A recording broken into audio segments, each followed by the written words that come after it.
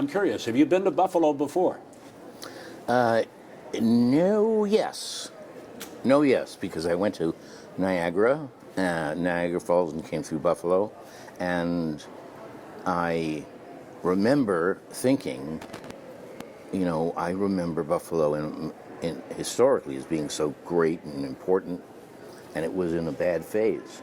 And last night, when we came in, not only did the city look 50 times better, but on the wall of this hotel, the story of Buffalo is told in public. It's amazing, and people are coming back. Yeah, it's on the comeback. I've been here 30 years, and it's finally starting to climb. If they just figured out a way to make the cold warm, I'd be here. It's hard to decide where to begin with you because you've done so much work. You've had so many successful pictures and plays and television. Is there any one thing that you've done in your career that really is closest to your heart and you're most proud of? In films and stuff? Yeah. I can only say that no, I don't have a favorite. I have I'm incredibly proud of my body of work.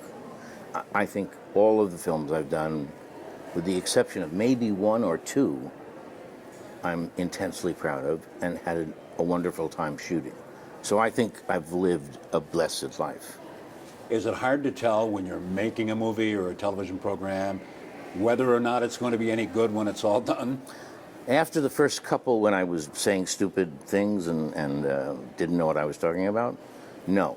I now think I know exactly what's going to happen to this movie. Because you've been doing it so long and you can kind of get a feel for things. And you sense creativity, you sense imagination and openness. And if you got that, if you don't have hugely stupid people around you, you're going to make a film it's pretty good. Goodbye Girl, Academy Award.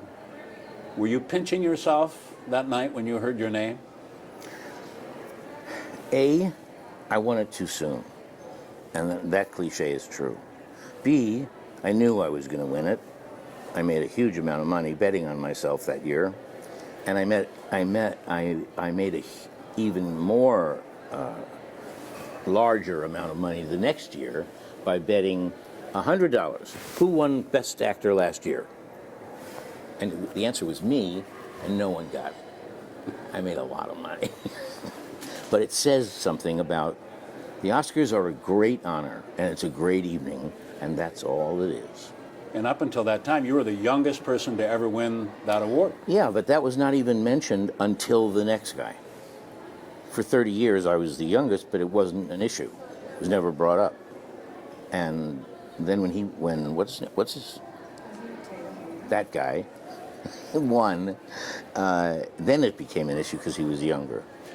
Was there another performance that you've done that maybe you thought was better even than what you did in Goodbye Girl, but yet that's where you got the Academy Award? Well, I didn't calibrate my roles by the award. And I'll say, frankly, that I did a lot of films that are better. A lot of films. The Goodbye Girl was perfect, and it was a miracle, and it was people who loved each other, working together on a script they loved, so I'll never put it down, ever. But there's a whole bunch of films that where the performance is as good or better than that. And that's because I got the time to do it. I had the time and life experience.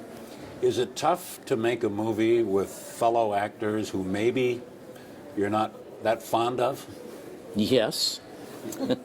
Yes, it is tough. It's tough to make a movie where whoever is the power on the set, sometimes it's an actor, sometimes a director, when they are schmucks, it's hard to work with them. A director who will say, I don't want your input. A director who will scream and yell and curse. And actors who, take one too many drinks and then start to speak in old Gaelic. But I have the ambition, the specific goal of being known as the nicest guy in Hollywood. I have not attained that, yes, but I'm trying to. You're still working on it. I still am working on it. Yes. Jaws, probably, well, you've had so many big ones, but if I had to pick one, that's got to be it. What was that like? What it was like making it? Yeah, I heard it was rough. No. The weather, you're on location. No, the thing about Jaws is simply that you had to understand patience, because everything took too long or couldn't be done. There was no shark, there was no script. And so we had to write the script every night and wait for the shark, or wait for a shot that didn't have a sailboat in the back. And so for me, it's always the memory of waiting. And I have a deal with an audience. I say, I know everything there is to know about Jaws. I've been asked every question. If you ask me a question that I have not heard, I'll pay you $10. But if you ask me a question I have heard, you owe me $10. And I'll tell you right now, I am way ahead on that one. I would imagine. Another one of my favorites was What About Bob? Hilarious movie. Hilarious. It was. It was a hilarious movie. Let me see. Refer back to question about working with someone hard. Yes, well, I have read some things that you didn't get along with everybody, or maybe everybody didn't get along with you on some pictures, but, you know, that's human nature, I guess. No, I don't know of any film I've done where I didn't get along with everybody. I know of one or two films where I didn't get along with one person. And it's irrelevant to mention Bill Murray or Oliver Stone, so I won't.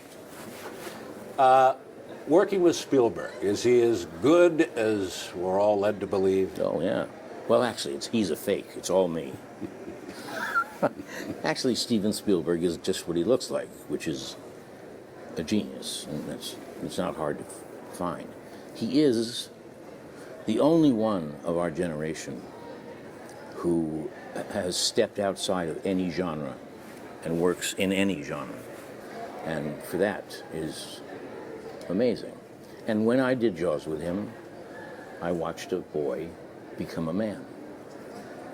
And there's no questioning of his authority, of his creativity. I've never, because when we met, we were both kind of almost there, you know. And he was fired every day, every night. And so he withstood that. He created a film as he went along because the shark did not work. And he had to reconceive of that film. And he made a brilliant film. He's an extraordinary man.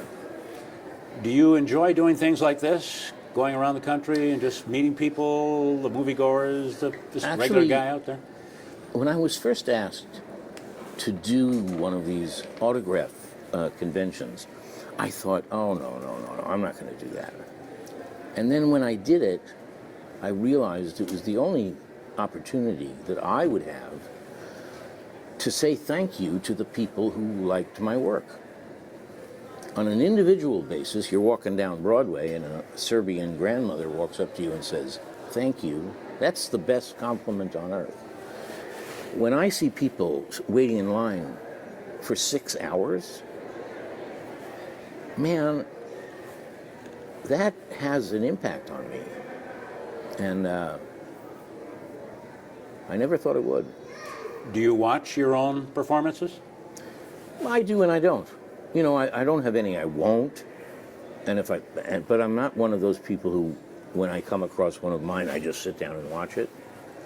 There are certain films I would do that with. There are certain performances I think are great. Are there some you say, I should have done that different? Absolutely. There's one that I realize now I was in a state of depression. And it was a divorce. I was getting a divorce, and it was the most painful thing in the world. And I looked back and I realized that I was performing and I was imprisoned. I was shackled by my depression. And I wish I could do that one over. But that's a true test of an actor, I guess, isn't it? Well, you got to live with it, you know. There have been times I drive down the 405 freeway 3 years or 10 years after, and I'll go, oh no, that's how I should have done it. As you sit here today and look back at your life and your career, could you have imagined way back then when you started doing those plays in Beverly Hills, I think it was, that your life would unfold like it did? Truth be told, pretty much so. I could actually, because this is exactly what I wanted. There's a little rue involved, because when I got older, I realized, be very careful what you want, you know? But I wanted to be a movie star.